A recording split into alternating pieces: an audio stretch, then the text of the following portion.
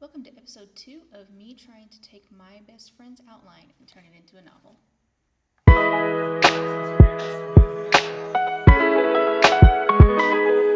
In case you missed the first episode, my best friend took my fantasy storybuilding notebook and filled it out. She outlined an entire novel in here, and she is not an author, so I am taking her outline and trying to make a novel out of it.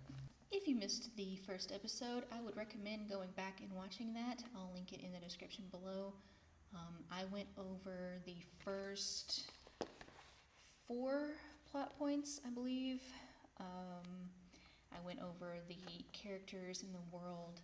I'll go ahead and do a brief summary, but watching that first video will probably help a lot. So far for the beginning of this novel, I have in chapter 1, Rowena is 13 years old, and her mom is the mayor and her dad is the general. She has a twin sister, a best friend, and a 3-year-old little brother. The first chapter starts off with her mom teaching her how to be a politician, but she isn't paying attention. She doesn't like these lessons. You need to learn this stuff. One day you'll take over, says the mom. I'm just writing random pieces of dialogue in there if it comes to me to help my understanding of the characters in the story. But this is just an outline at the moment. I'm not really writing the story. At the end of the lesson, she runs into the woods with her friend. Her little brother says he wants to come as they pass him, but they tell him he's too little. Father is expecting you for training in an hour, yells mom after them. In the woods, they hear a growl and see the tail of a dragon through the trees. Her friend runs off to get her dad, but Rowena stays behind to investigate. Rowena sees a baby wolf in the path of the dragon. She calls on all the warrior training her dad has given her and runs to intercept the dragon and save the wolf pup. Her dad makes it to the woods in time to see Rowena scare the dragon away. He is proud of his daughter and lets her keep the wolf as a pet. This is the day her sister runs away. Again, if you missed the first video, I'm not real sure if the sister runs away or if she gets kidnapped. My friend that wrote the outline, Jessica, she didn't write it down when we were doing the outline, and it has been several months since she did it, so she doesn't remember either. So it's just kind of up to me to figure it out, and I haven't figured it out yet. I would really love to hear anyone's thoughts or opinions on this if you leave them in the comments. As another purpose of these videos is to get you guys' opinions on what I'm doing. I watched another YouTuber do this. It was really fun. People were commenting. Bethany Altazada, by the way, that's who I watched do this. She got opinions from her viewers and made a whole book that way, and I just thought that was really great, so decided I'd try it. So I said this is the day her sister runs away, but then I also put Rosalind gets kidnapped. Rosalind is the twin sister, so I'm not sure which one it is. She either runs away or she gets kidnapped, one or the other. Rosalind gets kidnapped. Kidnappers tell her that her parents hired them to kidnap her. She doesn't believe them and one day escapes. She comes back to the village and sees the veil. So in the first video I talked about the parents put a veil over their entire village so that anyone within it forgets that magic exists and is not able to use their magic. So all of the water elves that live in this village that are normally able to control water with just their gestures, and that's as far as I know as the magic can do, but I'm thinking there's going to be more because there's also a thing where they use aquatic animals like for transportation. You know, they ride on the back of dolphins and stuff like that. And I don't think if you don't have magic, I don't think you can get a dolphin to let you ride it and have it take you exactly where you want to go. So that's another thing that I'm not real sure about is if they don't have magic, how does their society work without being able to use these animals and be able to control the water? And her parents did this when she was 2 years old. So for 11 years, they haven't been able to use this magic. And how has their society changed from when they could use magic to now when they can't? And they don't even remember that they used to be able to. So it's going to be interesting to figure that out. I just haven't figured it out yet. So please let me know if you have any ideas. So anyway, she comes back to the village and sees the veil. She thinks that the parents put up the veil to keep her out. So she goes back to the kidnappers. Oh, the parents put up the veil when she was 2 years old. So that is not a thing. That is incorrect. Huh. That's what I love about Google Docs. I can just make myself a note and move on. Change this. Parents put up the veil when she was 2. So there was another idea that I had, that the parents were bad people. They just didn't know it. The children just didn't know it. One idea was Rowena, who the story is about, is the older twin. So Rosalind is like, a couple of minutes younger than her or something. So Rowena is the one that's going to inherit the running of their government. So it's said that the mom is a mayor and the dad is a general, but even though the word is mayor, it is inherited like a kingdom, like a king and queen type thing. So Rowena is the older twin, she would inherit it, and having a younger twin may complicate the thing. So it's sort of like the Man in the Iron Mask, where the older twin was the king and they put the younger twin in the mask, in that iron mask, and locked him away in a prison so that there wasn't any question as to who could be the king. No one knew that the other twin existed. So it's sort of like that, where Rosalind being the younger twin, the parents got rid of her. But for some reason they waited till she was 13 years old to do this. Maybe they raised both of them and saw which one had more of the leadership qualities, and then kept the one that seemed like she was going to be a good leader and got rid of the other one. I'm not sure. Honestly, Jessica doesn't like the idea of the parents being bad, I don't think. But she did say that now that she has turned over the outline to me, that it is my story now. So I can do what I want with it. But I also want it to stay true to her outline, because that's kind of the challenge that I'm doing here. I'm challenging myself to write the story the way that she outlined it. But if something doesn't work, it doesn't work, right? So either the parents are bad and that happened, or I have to figure out another reason, another thing that keeps the sister away and keeps her from coming back. And maybe she just gets kidnapped and isn't able to come back. The younger brother's name is Azariah. Azariah is named after a friend of mine's baby. I told them that I would put his name in one of my books. It didn't say specifically this one, but and then I put a little bit of world building because I forgot to do that at the beginning. The water elf village is behind a waterfall through a cave. There is a valley that opens up when the cave ends. Several small streams run through the valley, and one big one borders the village on one side. The village is made up of mostly clay homes, though the very wealthy have wood mansions. There are taverns and outdoor markets in the town square. The roads are dirt for most of the town, but the rich side has cobblestone streets. Water mills pump water for everything. Maybe those are still controlled by magic somehow. Maybe the items have some kind of magic on them, because that would be something that would be controlled by magic. Even though the people can't use it, I'm not sure. Communication is by word of mouth. Flyers in taverns, letters delivered by hand, and carrier pigeons. And transportation is mainly walking. They use the aquatic animals for transportation, which I talked about a second ago. Don't know how that still works, or if it still works. And then, so the next plot point that I talked about was the wrench in the mix. I don't have a whole lot here for that one, but it's now 4 years later, and Rowena is 17. A huge dragon attacks the village. Her parents die, saving her.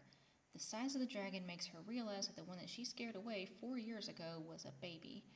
She notices that this dragon has a scar on its face and its leg in the same places that she cut the dragon from 4 years ago. This is the same dragon. After killing the parents, the dragon flies away. Before it does, Rowena notices it is wearing a collar, which means that it has a master. There's a symbol on the collar, which gives her a clue to follow.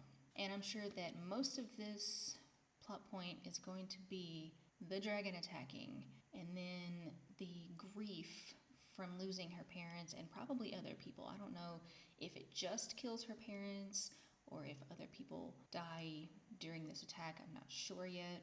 I do know that the dragon is sent to kill her parents, so it may have just killed them, or other people may be collateral damage in that. So then the next plot point is the turning point. After her parents are killed, and after the shock wears off a bit, the people start turning to Rowena, as she is next in line to lead. She does not accept that she is going to be the leader right away. She thinks she's too young, she never liked the lessons her mom gave her on leading, and she feels she didn't train with her dad enough on being a warrior. She makes a speech and is waving her hands, and as she does, the water in the river starts moving. The water comes up and moves with her hand motions. Maybe this speech is on the fact that she is not fit to lead. That's one thing I was talking about before, that, she probably is like, yeah, I'm only 17. I can't be a leader. Why are y'all turning to me? Sorry about my country accent with that y'all in there, guys. But when she sees this water moving, she's like, what? I can control water? What's going on here? I already talked about this part, but when they died, the veil was lifted. The veil also makes it so that people stay in the village and they don't even realize that they can't leave. If they have an idea, I'm going to leave and go do this, when they get close to the veil, it just makes them turn around and walk back the other way and forget that they were trying to leave. They don't realize that they are prisoners. But the parents die and this veil is lifted. I'm thinking that Rowena goes through her parents' study and finds a journal that explains what the veil was and why they put it up, because otherwise her parents are the only people that know that this veil exists, and if they die, no one's going to know why all of a sudden everyone can do magic. So the journal was just so that Rowena understands what happens. And also, if her parents are water elves, how do they place this veil? Their magic is about water, it has nothing to do with a veil, so I'm thinking maybe they hire a witch to do it. Next plot point, accepting the call. And by the way, if you are wondering where I get these plot points and the names of the plot points, it is from my book. It's from my fantasy storybuilding notebook. This is a workbook that you fill out and it helps you with your story. It helps you organize things. And if you want to check it out, I'll link it below where you can get it on Amazon. But it's got all kinds of stuff, character profiles. You can fill this out. I don't know if you can see that. You can fill it out. It's got the different things of the world and helps you understand magic. It asks you a lot of questions, and then you just answer the questions, and it helps you flesh the stuff out. But I also have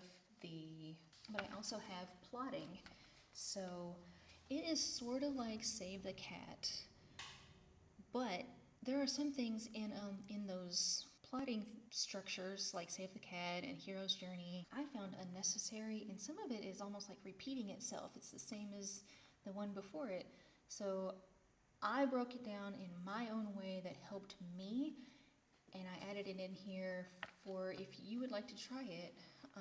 And obviously, you don't need to use everything in this. You don't even need to use any of the plotting if you just want to use the character profiles and stuff like that. But to me, it broke it down simpler and in a way that made more sense. So if you'd like to use this, like I said, I'll link it below. So in the accepting the call plot point, she needs to accept that she is in charge, or she needs to decide that she needs to find who sent this dragon and get revenge on them.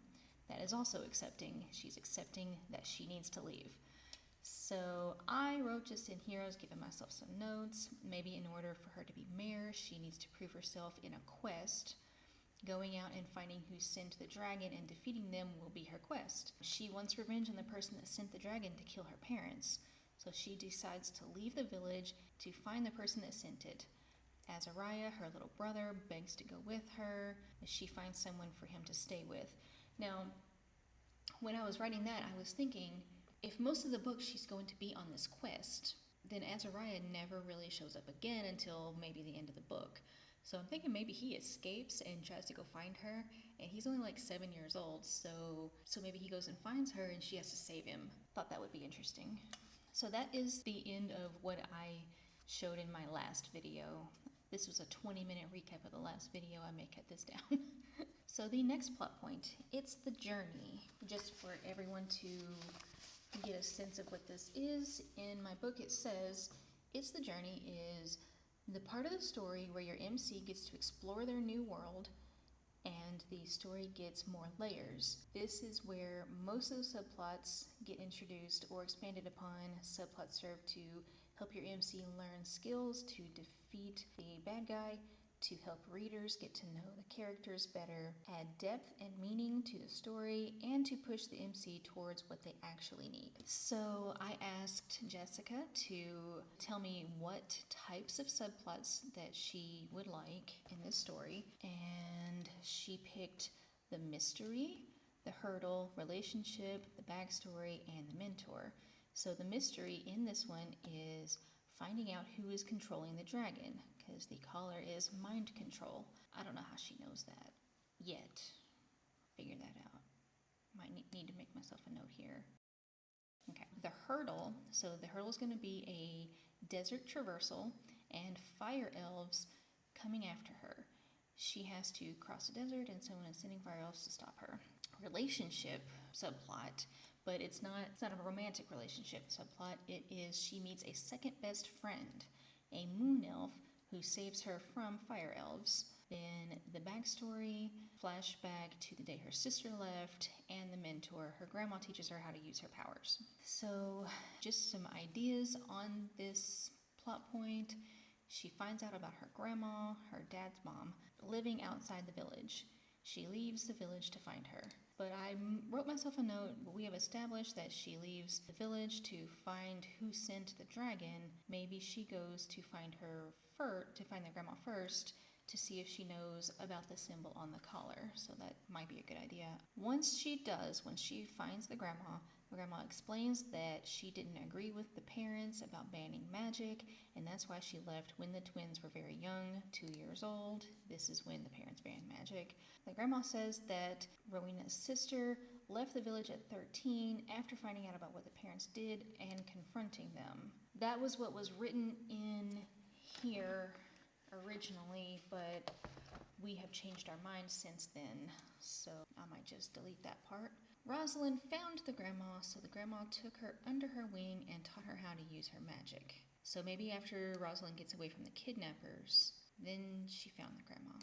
And then at 16, Rosalind fell in love with the Fire Elf King and left the grandma on good terms. 3 years after she was kidnapped, and then she found the grandma, she met and fell in love with the Fire Elf King.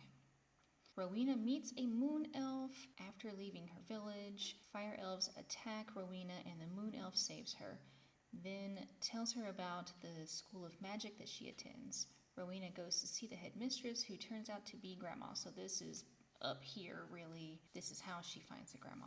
And then the grandma tells her all of this. I commented to myself, would she actually go to this school, or would she continue on her quest? Maybe she reasons that she has no way of finding the grandma, so maybe someone at the school will be able to help as to why she would actually follow this moon elf girl to this school.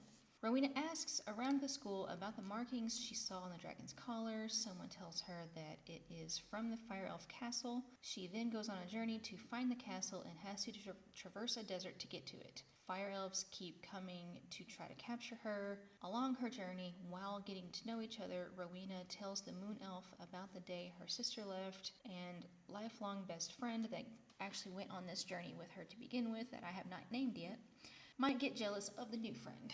Okay, so the next plot point is middle of the road. And this is literally the middle point of the book. At this point, the MC either needs to have a high point or a low point. They need to think all is well or all is lost.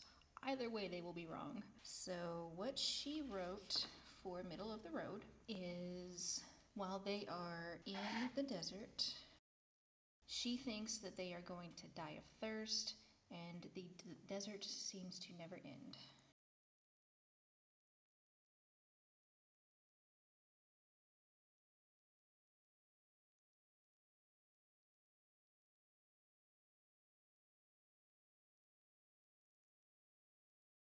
Okay, and then the 3 girls meet 4 male elves. She said 3 or 4.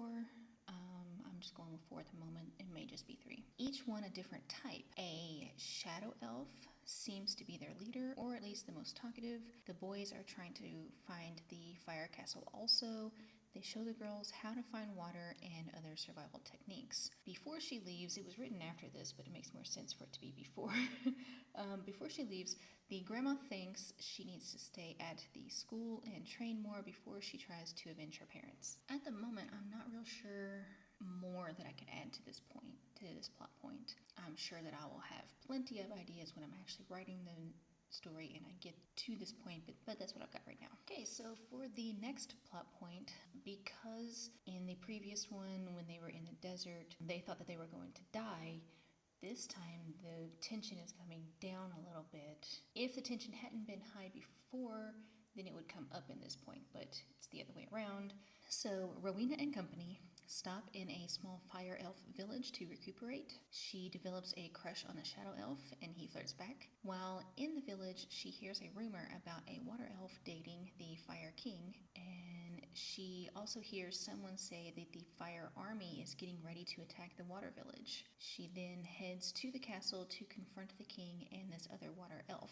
So I know that in this other plot point, I said that at 16, Rosalind fell in love with the fire elf king and left the grandma on good terms. But I think once Jessica got further into the plot, she realized that we shouldn't know that Rosalind fell in love with the fire king. So it would just be she fell in love and left the grandma on good terms. We don't know that that's the water elf that the king is dating, even though it's probably easy to figure that out.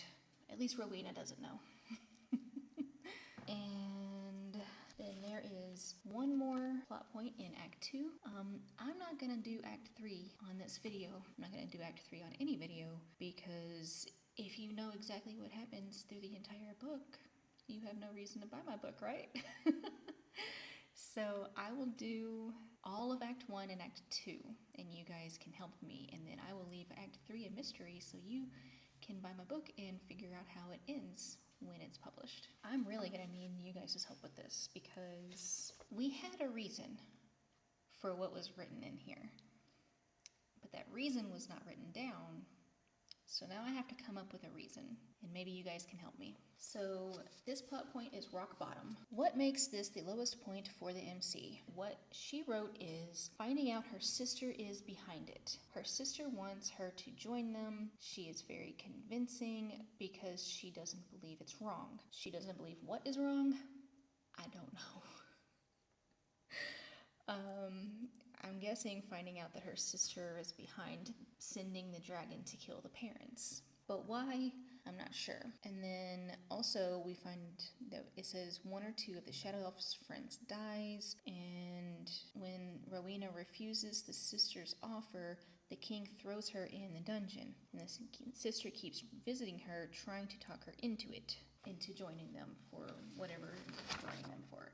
And then there's just a page where she's summarized, and it says, when she goes into the castle, she sees her sister wearing the symbol that is stitched into her clothing, the symbol that was on the dragon's collar. She confronts the sister and asks her if she sent the dragon to kill their parents. The sister confessed and tried to justify her actions. When she couldn't talk her into it, the king asks the sister what they should do with Rowena and her friends. The sister said to lock Rowena and her boyfriend, which I guess they become boyfriend at this point, before this point, to lock her and her boyfriend up after killing the boyfriend's 2 best friends, or 3 best friends. Rowena's 2 friends escape prior to this and get water for Rowena's powers. But what made the sister this way? What made the sister want to kill the parents? What is making her think that all of this is okay, that she tries to talk Rowena into? She forgot to write this stuff down, so I have to come up with it. Please help me. Leave me some comments. Leave me some ideas of what you think. I'm going to write all that down. So this part right here seems to contradict the rest of this a little bit, so I may have to rethink it. So that is the outline so far. I've got plenty to work with, so let me know what you guys think. Give me some ideas on any of these plot points. Leave me some comments. Okay, so here are the types of elves. We have water elves, who live near water, control water, breathe in water, talk to certain aquatic animals. Their appearance, they have teal skin with coral markings. Boys have waves and girls have shells. And I don't remember if that was just on their face or if it's like on their whole body, just down their arms. I want to say that it would probably be like just around their temples and maybe down their arms. I think that would be kind of cool. Moon elves, they live, question mark. I don't know exactly where I would say that moon elves should live, because every other one has a place, but I'm not sure about moon elves. Let me know if you have an idea. They have night vision, no need to sleep, the moon recharges them. They bend, manipulate, and create light. Their appearance is purple hue to their skin with markings also. They all have markings. So boys have blue moons and girls have pink stars.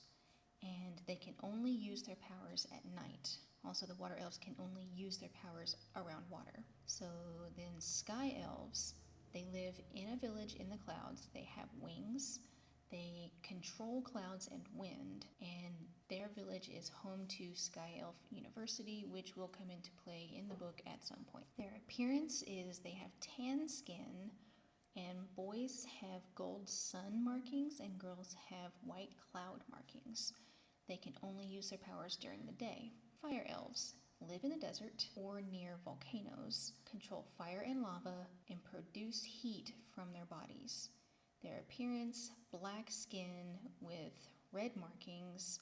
Boys have lava and girls have fire. And they can only use their powers around fire or lava. I'm not sure about that one, though, because I would think that they would be able to produce fire, sort of like a firebender. I don't know. But, so forest elves, they live in the forest, control dirt and plants, so they can, make mountains appear, hills and stuff. Talk to forest animals, and make things grow. Their appearance, sandy colored skin with green markings. Boys have vines and girls have flowers. They can only use their powers around a forest. So I think it's not if you're in a desert and there's a couple of plants, or maybe they can only use it around plants. Let's say that, because that makes more sense. I know I said that they can control dirt, but there's dirt everywhere, so there would be no downside. There would be no place where they wouldn't be able to use their powers, and that's just too OP. So I think they have to have plants around to use their power. Shadow elves live in caves, control shadows, meld into shadows, and turn shadows solid. Their appearance, gray skin with black markings. Boys have blank, and girls have swirls. I don't know what the boys would have. Jessica didn't write down that either. She just left it blank. So I think we just both had a hard time figuring it out. So what would have to do with shadows? Girls just have swirls, and boys would have what? Or maybe they both just have swirls. And all elf markings glow when they are near their element. So that's pretty cool. Alright, I think that is enough for today. My next video is going to be a live. I actually have a guest coming on that's going to talk to me while I'm doing the live. It's another author that I met on TikTok. So make sure to like and subscribe and hit the notification bell to be notified when I go live with another author. And I will see you in the next one.